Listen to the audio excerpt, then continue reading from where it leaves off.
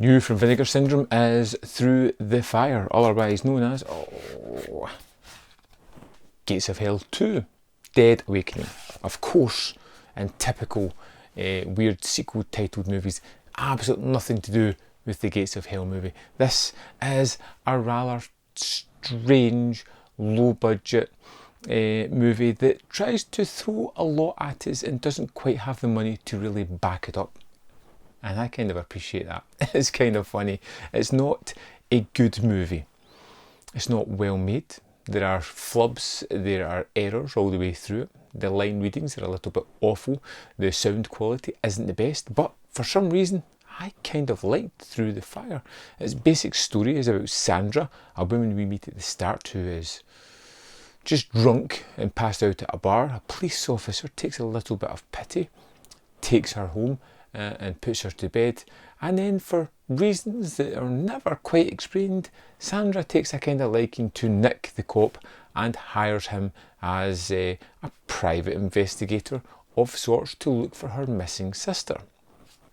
Jump to a cult of the most geekiest bad guys you've ever met in your life, led, I think, or in part has a kind of Stephen King lookalike guy who keep talking about a spell they've done, something that they've unleashed, something that they used the sister for, and a medallion that they need back. And that kind of all comes into the story of these people just kind of stumbling along, having interactions with each other, discovering new parts of the tale, blood, monsters, that kind of thing, you know, typical of these movies.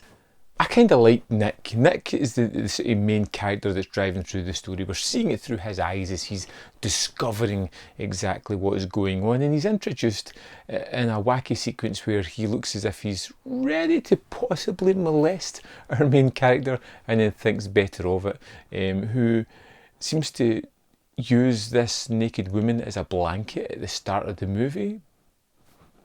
It's a scene you need to see to believe, to be honest. And he comes into the movie as someone who seems really like untrustworthy, almost like someone you couldn't bank on. Like she hires him to do a job. He's a police officer.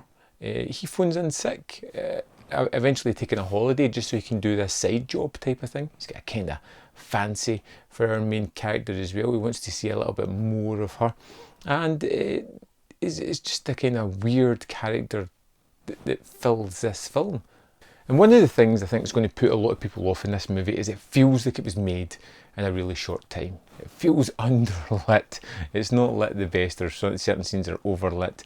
It doesn't have the best line readings. The audio quality is really tinny and poorly received. There are moments where you can tell the budget just hasn't stretched. There's a scene where they walk through a library and the back walls have no books on them. The shelves that we're kind of breezing past have no books below or above them. It's only certain areas that has pile of books just to make it look populated as a bigger library than it is. And it has multiple scenes like that, but I think they all add fun to the movie. There's a sequence of our main character having a shower, and just at the corner of the screen you can see her bright purple underwear, which they don't even try to hide, you know, like it's just a silly sequence, but it all adds to the enjoyment of the movie. It's a fun one-time watch. It's not something that I'm going to rush back to or I'm eager to check out again. It's a low-budget regional horror movie made on the fly, dedicated to Lucio Fulci, but nothing to do with Gates of Hell. It's just kind of DIY horror movie, and if you kind of like that aesthetic, I think you would like this. It's better than a couple of the movies in the Homegrown Horrors box set. A little bit above that if you're looking for a bar to kind of match it against. I liked Through the Fire. I did. I thought it was kind of fun. I liked the kind of effort behind it, even though they couldn't quite create the execution. But I had enough fun with it to say, yeah, worth checking it out as long as you know what you're getting into. Check out some trailers first. Let me know your thoughts on Through the Fire in the comment box below. And I'll see you next time on Man v Film.